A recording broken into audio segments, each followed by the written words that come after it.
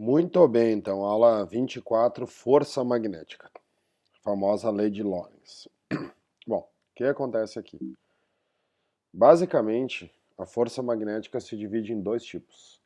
A força sobre cargas móveis e, na próxima página, a força sobre fios condutores. O melhor jeito de entender a força sobre cargas móveis é pensar na própria equação. A força magnética é o campo vezes a velocidade vezes a carga vezes o seno do ângulo. A gente decora essa fórmula usando o bem-vindo querido seno do ângulo. Força magnética é bem-vindo querido seno do ângulo. Toda e qualquer força é medida em newtons. Para dar newton, todas as grandezas têm que estar no SI. Então o campo tem que ser medido em Tesla. A velocidade vai ser medida em metros por segundo. Cuida que seguido eles dão quilômetros por hora. E a carga vai ser sempre medido em coulombs. Então observe essa fórmula. A força magnética depende de quatro constantes aqui, quatro grandezas. Do campo, da velocidade, da carga e do seno do ângulo. Como isso aqui é uma multiplicação, se qualquer um desses valores valer zero, a força magnética vai valer zero. Talvez a principal observação dessa fórmula seja o seno do ângulo. Que ângulo? Bom, o ângulo aqui só pode ser entre as grandezas vetoriais dessa fórmula. Quais são as grandezas vetoriais dessa fórmula? O campo e a velocidade.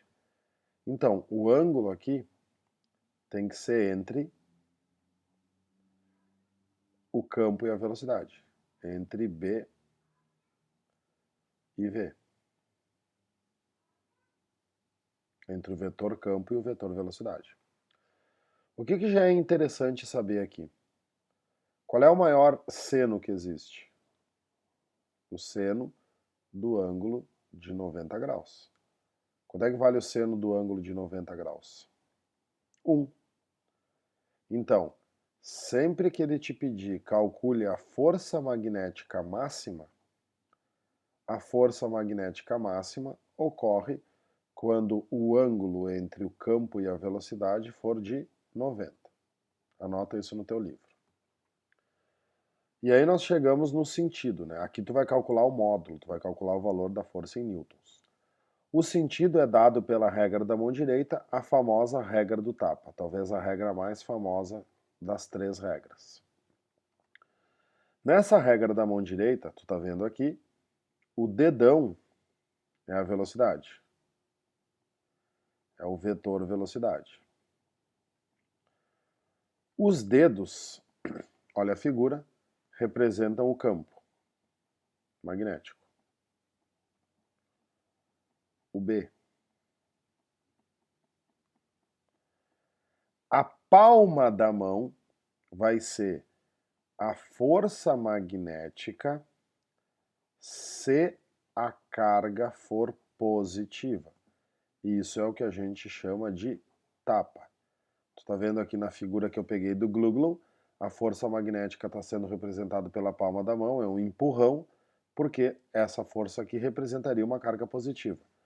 Mas as costas da mão são usadas para ser a força magnética se a carga for negativa. Isso aqui se chama contra-tapa.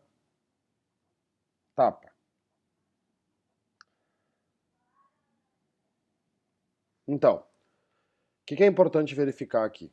O importante é verificar aqui a força magnética, olha o que está acontecendo aqui, ó. A força magnética, o campo e a velocidade são vetores ortogonais. Tipo, nesse desenho, a força estaria no eixo Y, o campo estaria no eixo, sei lá, pode ser o X ou o Z, e a velocidade estaria, né? Se o campo for no X, a velocidade vai estar no Z, etc. Isso também é uma coisa bacana de botar, ó. Podemos trocar de cor aqui, ó. Escreve aqui num canto, ó. Aí no teu livro. Força magnética, campo magnético e velocidade são vetores ortogonais.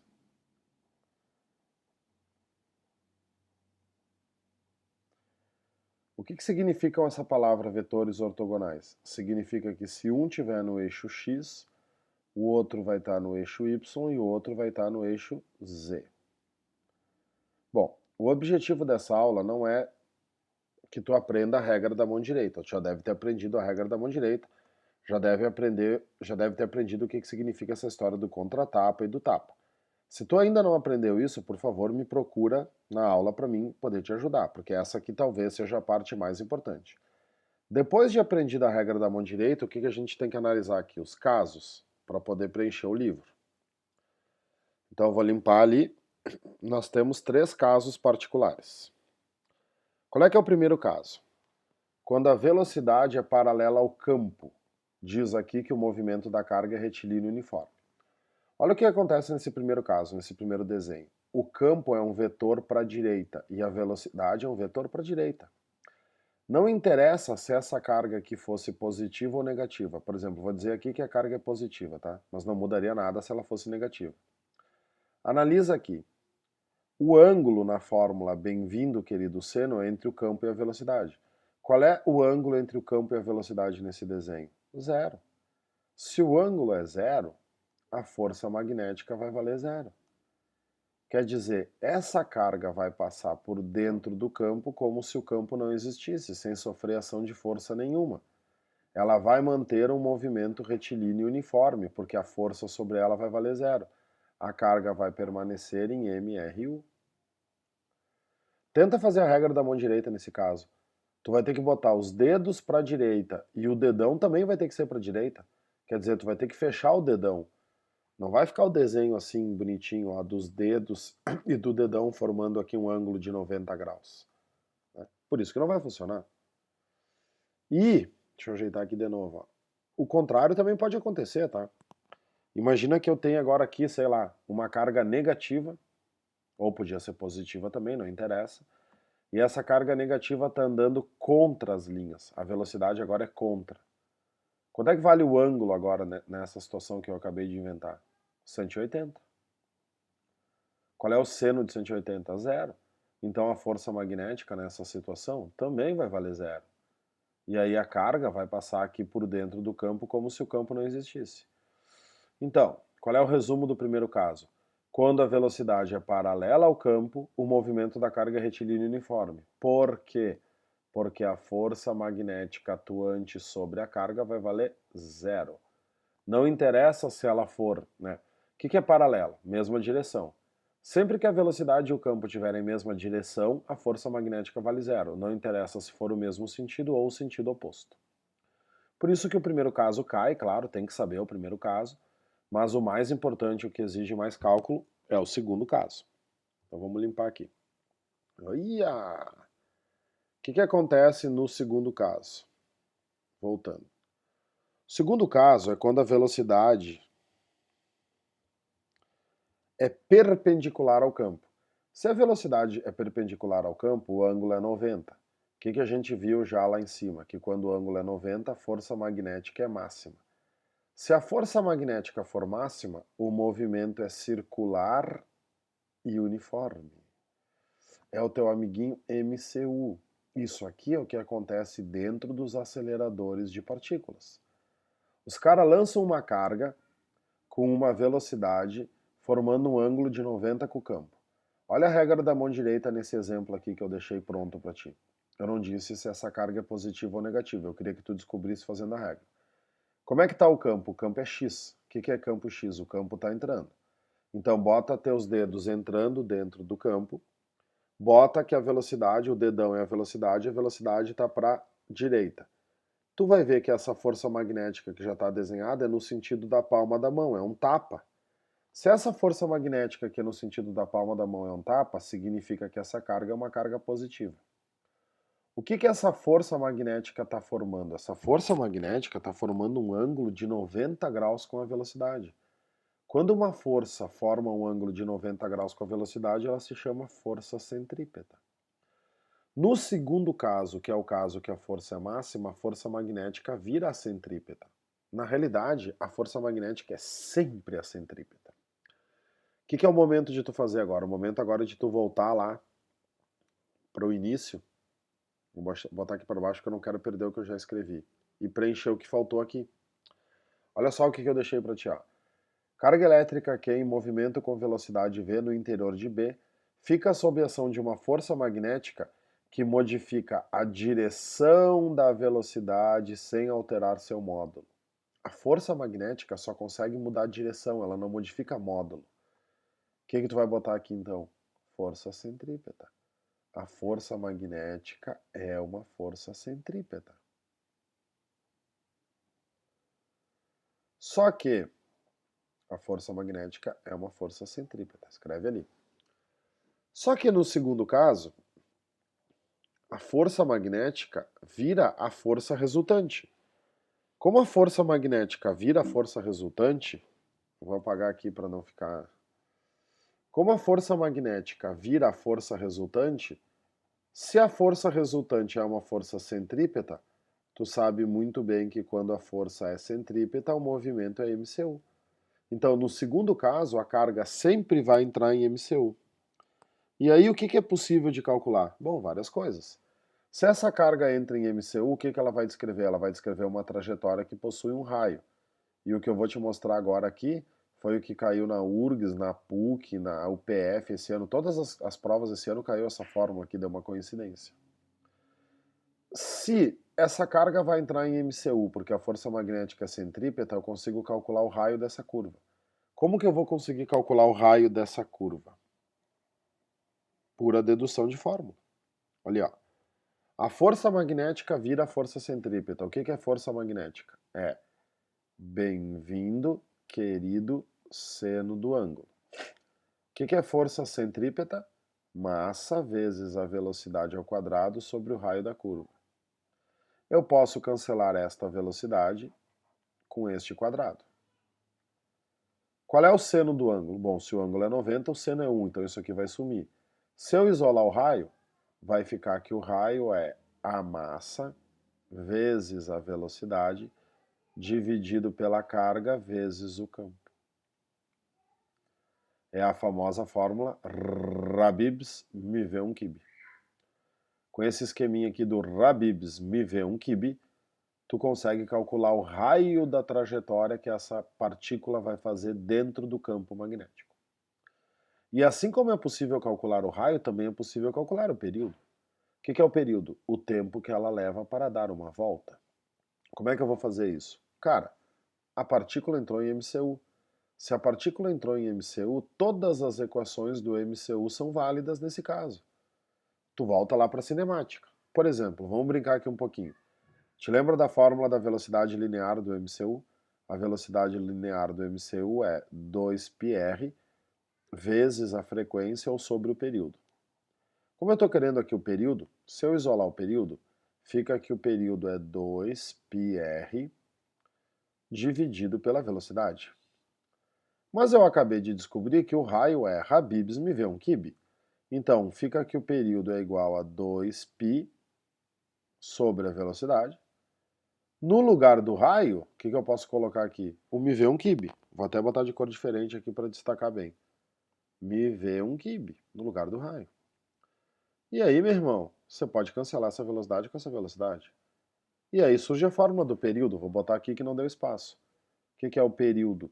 O período é 2π vezes a massa dividido pela carga vezes o campo. Com essa equação aqui, tu calcula o período, isto é, o tempo que a carga vai levar para dar uma volta completa dentro desse campo. Como é que tu decorou isso aqui? Rabibs MV1 kb. Como é que tu vai decorar isso aqui? Tem duas pimentas no meu kibe. Fica bacana, ó. Tu usa aqui o Habib's MV1 kb e aqui tem duas pimentas no meu kibe. E o último caso é o terceiro caso, quando a velocidade é oblíqua ao campo. Bom, aqui não vai ter cálculo, é só teoria. Tu tem que saber que quando a velocidade é oblíqua ao campo, a força magnética ela vai atuar formando um ângulo de 90 graus. A força magnética é sempre centrípeta. Só que a carga foi atirada de maneira oblíqua. Então essa carga ela vai entrar aqui e ela vai começar a descrever esse movimento aqui. Esse movimento é um movimento de uma hélice cilíndrica. É como se fosse a espiral do teu caderno. Tem que pensar que isso aqui são em 3 dimensões, né? A carga começa a girar ao mesmo tempo que ela vai andando para frente. Esse movimento se chama movimento helicoidal e uniforme. É o famoso MHU. A carga entra em MHU, movimento helicoidal e uniforme. A palavra helicoidal vem de hélice. Claro que aqui, como não tem cálculo, como a gente não estuda as equações do helicoidal uniforme, a única coisa que tu tem que refletir aqui, que tu tem que saber aqui, é que se a velocidade é oblíqua ao campo, quais são os ângulos oblíquos mais famosos, né, que a gente tem que saber de cor, os notáveis? O 30, o 45 e o 60.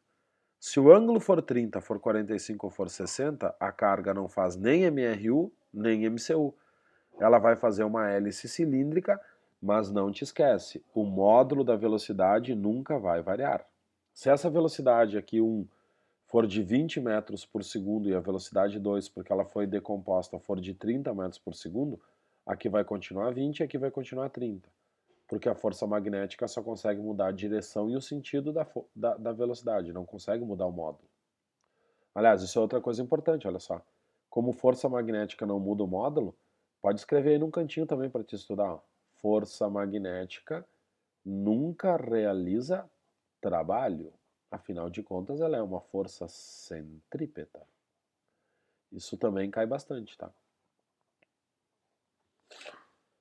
E agora vamos para a segunda parte, que é a força no fio. O que acontece com a força no fio? A força no fio é bem parecido com a força sobre cargas móveis, só que o que acontece? Deixa eu dar um pause aqui, depois eu volto. Voltando aqui, o que acontece? A força magnética no fio condutor, a força no fio, na realidade, é uma derivação da outra fórmula, do bem-vindo querido seno. Quando um fio é percorrido por corrente elétrica, o que a gente sabe? O que é uma corrente elétrica? São pequenas cargas individuais se movimentando. Olha o desenho que eu peguei aqui. Ó. Nesse desenho, o campo está entrando. Como a corrente elétrica é constituída pelo movimento de cargas positivas, faz a regra da mão direita aqui. Ó. O campo está entrando, a velocidade é para a direita. Para onde é que vai estar a força? A força vai ser a palma da mão, a força vai ser para cima. Então, cada pequena carga aqui sofre uma força individual. O somatório dessas forças vai dar a força magnética que leva o fio para cima. Então, força magnética é o campo vezes a corrente vezes o comprimento do fio vezes o seno do ângulo. Campo sempre medido em Tesla, corrente sempre medida em amperes e o comprimento do fio sempre medido em metros. Lá na fórmula de antes, o ângulo era entre o campo e a velocidade. Agora, o ângulo é entre as duas grandezas vetorais que temos aqui. Quais são as grandezas vetorais que temos aqui? Campo e corrente. Então, o ângulo agora aqui vai ser entre B e a corrente. Que na realidade é o próprio fio, né? Entre B e I. Regra da mão direita. Como é que fica a regra da mão direita aqui? A regra da mão direita é uma, né, na realidade, tu vai aproveitar a regra do tapa. O que acontece aqui na regra da mão direita? O que o dedão era antes? O dedão antes era a velocidade. O dedão agora vai ser a corrente. Tu substitui velocidade por corrente. Os dedos eram o campo. Os dedos continuam sendo o campo. Não muda. Os dedos é o B. E antes a palma da mão era a força se a carga fosse positiva. Então agora a palma da mão representará a força magnética. Na regra da mão direita para o fio, só existe o tapa. Mas professor, e o contra-tapa? Cara, o contra-tapa tu usava antes quando a carga era negativa. O que é corrente elétrica em física? Corrente elétrica em física é o movimento das cargas positivas, ou o oposto do movimento dos elétrons, te lembra? Se a corrente está andando para a direita, é porque os elétrons estão andando para a esquerda. O que tu considera? Que a corrente é como se quem andasse fossem os prótons, mas na realidade eles não andam. Então, vamos até trocar a cor aqui. Tu pode botar até um asterix aqui e escrever. Nunca usar as costas da mão. Nunca usar as costas da mão no fio. A regra do fio só aceita a palma da mão. Nunca usar as costas da mão. Não existe o contra-tapa na regra do fio. Então isso aqui é bem parecido com o bem-vindo, querido seno, só que tu substitui o dedão pela corrente e tu nunca usa as costas da mão, tu só usa o tapa. O que eu expliquei antes continua valendo, só que tu substitui corrente por velocidade. Olha aqui, ó, o campo, a corrente e a força são vetores ortogonais. Nesse desenho em 3D aqui, vamos treinar o 3D. O campo está entrando na folha, então o campo está no eixo Z. A corrente é para a direita, então a corrente está no eixo X. E a força magnética que é para cima está no eixo Y. Quando um está no Z, o outro está no Y, o outro está no X. Vetores ortogonais. E aqui temos as exceções. A força entre condutores retilíneos. Força entre fios paralelos. Que talvez seja o que mais caia, tá? Talvez seja a parte que mais cai. O que acontece aqui? Se tu tiver dois fios paralelos, aqui tem um desenho em 3 dimensões, ó, e esses dois fios estiverem conduzindo correntes no mesmo sentido, eles vão se atrair. Por que eles vão se atrair? Faz a primeira regra da mão direita que a gente aprendeu. Te lembra a regra do campo. O dedão é a corrente, bota o dedão ali no lugar da corrente para cima. O que tu vai ver? Que desse lado aqui desse fio, o campo vai estar entrando. Se tu tiver dificuldades com essa regra, nós já estamos com problemas, tá? Não pode ter dificuldade nas regras. Se tiver dificuldade nisso aqui, por favor, me pede em aula. Essa corrente aqui também está para cima, então desse lado também vai estar entrando, só que desse lado aqui vai estar saindo. Na região entre os fios, tu tem um campo entrando e um campo saindo. Entrando gosta de saindo? Claro. É a mesma coisa que pedir se homem gosta de mulher, se norte gosta de sul. Tá vendo aqui o desenho? Ó? Vai formar um campo como se esses fios tornassem-se um único fio. Esses fios se grudam e viram um único fio. Em outras palavras, quando tu tem dois fios paralelos e as correntes são no mesmo sentido, esses dois fios vão criar entre eles uma força de atração. Se esse é o fio 1 e esse é o fio 2, aqui nós teremos a força que o 2 exerce no 1 e aqui nós teremos a força que o 1 exerce no 2. O que acontece aqui? Aqui acontece ao contrário. Se tu tiver uma força, uma corrente subindo e a outra corrente descendo, aplica de novo a regra da mão direita. Para esse fio aqui vai continuar a mesma coisa. O campo aqui vai ser entrando. Só que para o outro fio que está ali do lado, faz a regra da mão direita, o campo vai ser entrando aqui. Dá uma conferida ali, bota o dedão para baixo agora. Cara, entrando com entrando é norte com norte, é homem com homem, não rola, brother. O que nós teremos aqui? Uma repulsão. Quando os dois fios são paralelos e as correntes são em sentidos opostos, eles se repelem. Esse é o fio 1, esse é o fio 2. Aqui nós teremos a força que o 1 faz no 2, aqui nós teremos a força que o 2 faz no 1. Beleza? Beleza. Qual é o pega-ratão que tem esses exercícios sempre?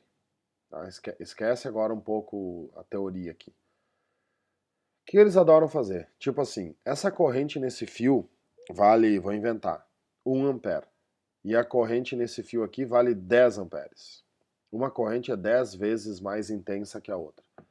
E aí eles vão te pedir qual força vai ser maior, que o 1 faz no 2 ou que o 2 faz no 1. Não tem, cara. As forças em módulos são sempre iguais. Por quê? Porque é que nem a lei de Coulomb. Não existe uma fórmula para a força 1, 2 e outra fórmula para a força 2, 1. A fórmula é a mesma. Aqui, ó.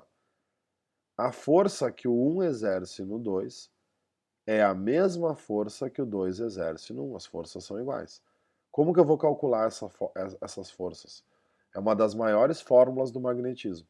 É a constante μ vezes a corrente do fio 1 vezes a corrente do fio 2 vezes o comprimento dos fios dividido por 2π, porque o campo é circular, vezes a distância que separa os fios.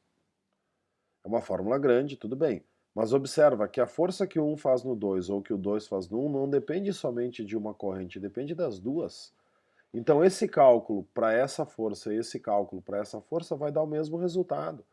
Então as forças em módulos são sempre iguais. Nesses desenhos não interessa o valor das correntes. O módulo da força que o 1 faz no 2 é sempre igual ao módulo da força que o 2 exerce sobre o 1. Tanto faz uma corrente ser grande e a outra corrente ser pequena. Isso cai bastante, tá, amigo? E a última coisa aqui, eu mostrei para ti como é que funciona um motor elétrico. O que acontece aqui? Tu pegou uma espira e tu colocou ela dentro de um campo magnético. Preenche meu desenho aqui. Ó. Isso aqui é o B, isso aqui é o campo magnético B, indo para a direita. Essa espira está sendo percorrida por uma corrente I aqui. Então, aqui nós vamos ter uma corrente subindo.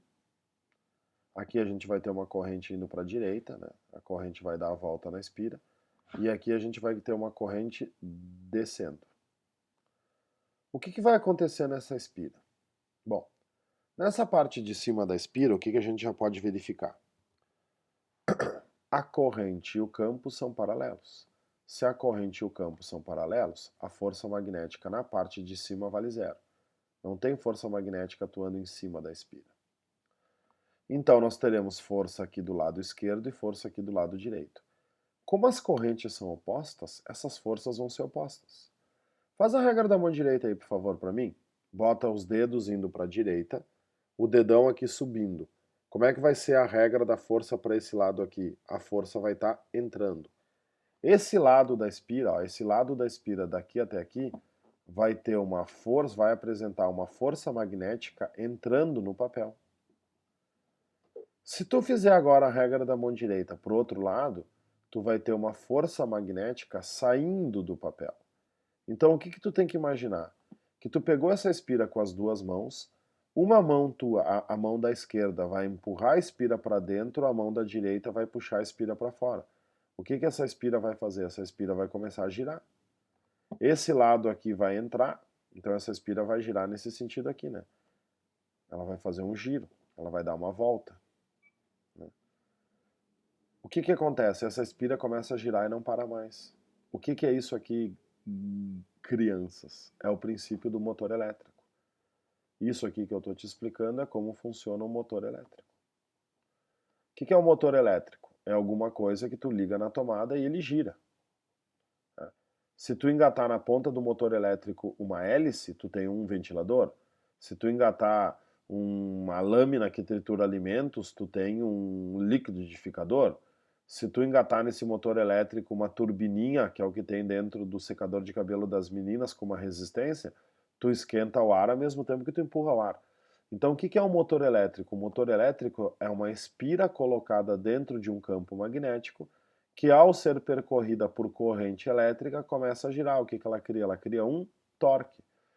Então o motor elétrico é o torque, ou o momento, te lembra? É o torque produzido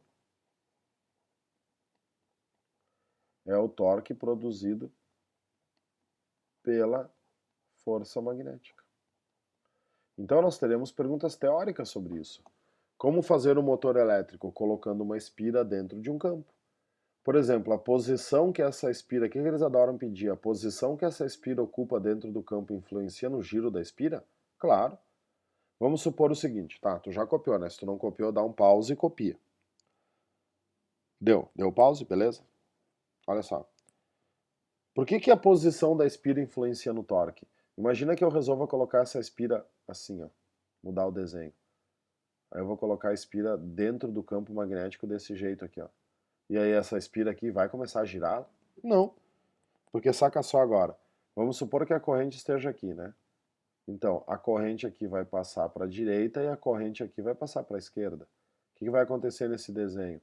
A força magnética desse lado aqui vai valer zero, vai ser nula, porque está alinhada com o campo a corrente, e a força magnética desse lado aqui também vai ser zero. Se a força magnética for zero dos dois lados, a espira vai entrar em rotação, vai ter um momento ou torque na espira? Não. Então é óbvio que a posição da espira influencia no jeito que ela gira. Isso é um motor elétrico. Então era isso, pessoal. Valeu, espero que tenha ajudado. Deem uma estudada, façam todos os exercícios e qualquer coisa me pede em aula. Um abraço e tudo de bom para você.